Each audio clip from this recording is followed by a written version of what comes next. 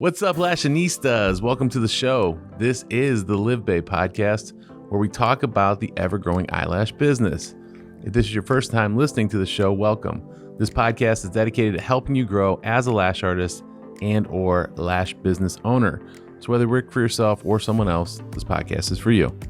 Hey guys, this is Mike and Shauna Jones. We are the owners of LivBay Lash. Our heart is to share with you our uphill battle in this lash industry and to show you what started out of a tiny bedroom in our house, extremely broke, has turned into an 8-figure company. We are here to encourage you during your lash journey and to give you guys a real raw version of what things really like. Excuse you. Sorry, I tried to be slick and dive across the table for my coffee and he went down the wrong pipe. Getting old, everything gets messed up.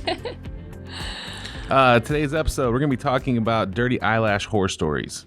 But before we jump into that, we got a few announcements. Obviously, this is everybody's favorite part of the show. It's my favorite. We are live in Canada right now. So our actual Sherwood Park or Alberta, Edmonton location is fulfilling orders and sending them. And let me tell you something really cute. This is a fun story.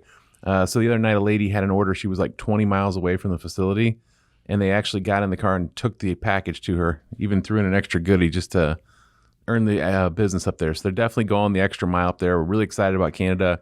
If you live anywhere in Canada, stop paying duty. Order from LivBayCanada.com. Yes. And we're going to be adding new things to the site. I know that it's kind of like a soft launch. We don't have all the products that we have here in the US, but we will be adding to them. So stay patient.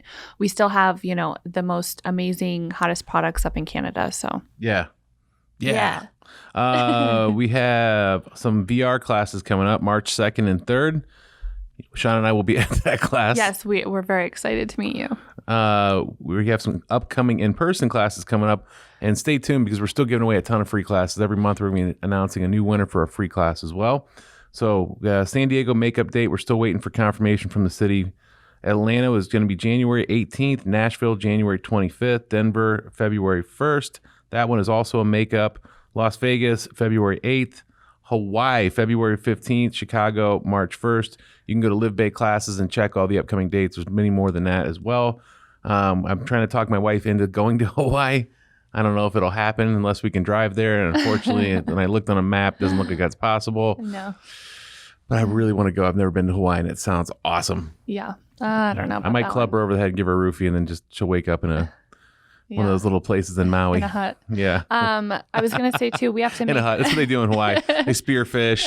They go hunt their food. That'd be so fun. No, we still have to make up the Pasadena class, too, as well. Everything's kind of on lockdown in Cali right now. LA is a little bit of a dumpster fire right now. So yeah, it's kind of messy. So we will have updated dates. We're working, we're keeping an eye on everything. So we will keep you guys updated with that. Yep. And don't forget about our online program, LivBayCourses.com. I believe it's now linked to the supplies website as well. Mm-hmm. That's just our online membership. It's a mentoring type package where you literally get to call in, get questions answered by Shauna and I, and we do once a month video lives where we actually just see what issues you guys are having, work through it, talk through it. You get 20% off products. 2 free full-length tutorials per month. So it's pretty amazing. It's just amazing. It's $99 a month. So whatever stage you're at, it's a ton of value, and you can cancel at any time. So it's good. All right, cool. Jumping into the episode. So lash horror stories. So this is actually kind of a faux pas but fun topic, and so there's a lot of stuff going on, and I think I can attribute to some of that to being where the person that was trained wasn't properly trained, and so they're just kind of going by what they think will work. And so I think my favorite all-time horror story was a lady had come to us for removal, and the lashes were put on by, was it hair extension glue? Yeah, it was the old school hair extension glue that I used to use. It was like the black bottle and the red cap. So it's like crazy glue for... So pretty much. I mean, yeah, it was a disaster, but there was... Didn't she have clusters super glued as well? Yeah, so she had the actual extensions, and then she had clusters with the hair glue, but they were on her lid. They weren't even on the extensions, and it was so brutal. And I remember we were at our Eastern location at that time, and like they weren't even budging. Like there wasn't a remover. We tried cream, we tried gel, and they were not budging, and it ended up being a 3-hour removal. A 3-hour tour. But the thing is like at that point too, with our prices, we had just a $20 removal because we never experienced a terrible removal before. So they literally got paid $20 for a 3-hour removal. So since then, obviously we've changed it. So it starts at $20, and then depending on, the bond and everything, it can increase from there, and that's up to the lash artist to charge. But that was so awful. And it's so crazy because with situations like that, I do blame it on the training, because it's like, what do you do in that instance? Like you're not trained in on specific situations. And like, it's crazy because it's like, who would have ever thought to do that? Did she do it to herself? I mean, she said she went to a salon and that happened, but it was wild. Wow. Well, here's the thing too. Like when it's that close to the lash lid, you're already going to have, that reaction. Some people just, as soon as it goes past way too far down that lash line and touches that eyelid, it already starts to like puff up and have an issue. Now you want to add in super glue and crazy glue and hair glue and clusters and all kinds of other layers. It's wild. And here's the other thing. If you ever actually look, under the microscope, I know a lot of you can see, you've got your lighting, you can kind of look down and see, the buildup and the residue, and then you'll see stuff with like, was it blepharitis? Do I say that right? Blepharitis, yeah. Blepharitis. And they don't teach you this in most trainings either. Yeah, this is not something that's covered in trainings. And so you almost need like a magnifying lens to look down there. It almost looks like lice in there as well, because it's like a bacteria, right, that goes in between the lashes. Yeah, and lash mites are a real thing, and people don't think that, and they don't take it serious either. My microphone, I was kidding. But that's another thing too, is when I was lashing, I didn't know anything about blepharitis, and I didn't know what it looked like. So one time I had a girl come in. She was a new client. I never used to ask for pictures, so God only knows what walked through my door. And she had extensions. She had a strip on, and I was like, oh my gosh, that must be like white eyeshadow. I was like, she's never like washed her lashes.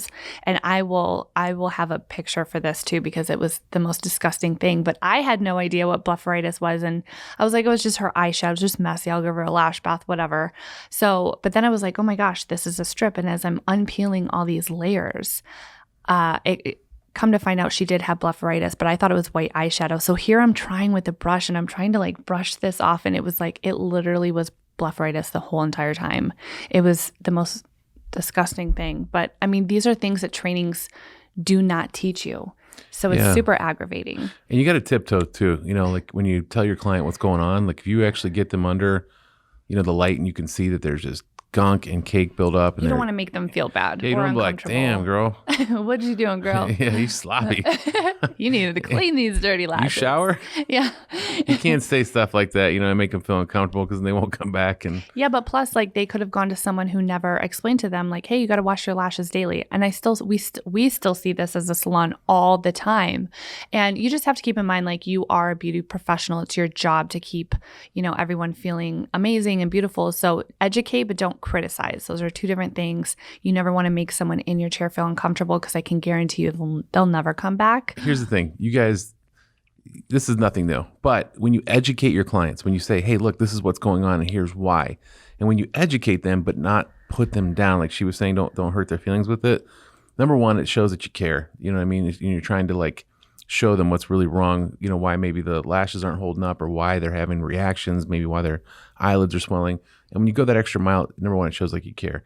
But number two, here's the thing. If you go anywhere and you feel uncomfortable, chances are you're never going to return somewhere. If you've ever gone to a store to buy something, I've left stores when it was something I wanted to buy because the sales associate was just rude or wouldn't, you know what I mean? It's just like, I remember that one in California. Do you remember? What? When we went to that place in LA, dress shirt shopping for you? Oh, yeah. Yeah, at the Grove. Yeah, at the Grove. Yeah.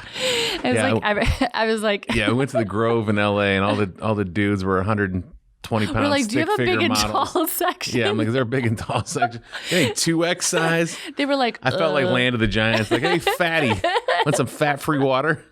No, you can't fit in this Italian extra tall, slim fit, skinny size shirt. I like put my arms like rip like an old Incredible Hulk episode. Yeah, but Hulk angry.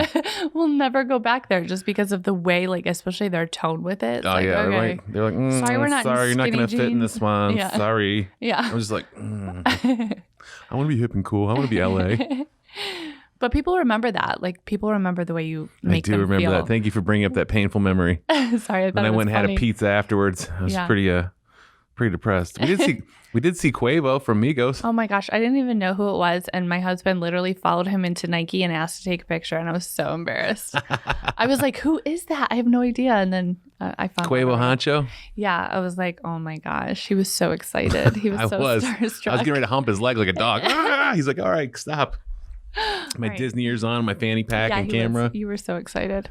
Okay, anyways. Back to the Also, just because I see a lot of this in our group or whatever, but like some people, it's not even a horror story, but you make it as a lash artist. So sometimes like there will be somebody who comes in that like just needs a fill or needs a removal. And it's really not that bad of a removal. But anytime you put like a cream or gel remover on extensions, it always like looks gunky and disgusting. And then they'll take a picture and they're like, I can't believe this person just came in for this removal. And the lashes weren't even that, they were maybe not isolated that great, but it always looks worse when you put the remover on and then take the photo. So sometimes like people kind of just do that to, as a lash artist, put them up on a pedestal to be like, oh, don't go to, this person because this is the work they create. So sometimes it's not even a horror story. You just make it look worse for, attention reasons or maybe just to, show the difference in quality. But realistically, it wasn't necessarily too bad of a job at first. A lot of horror stories are going on with the lashes that are, above 18 millimeter. There's the new fad is like, up to 25 millimeter lashes. People are like flying away and there's so much controversy over it.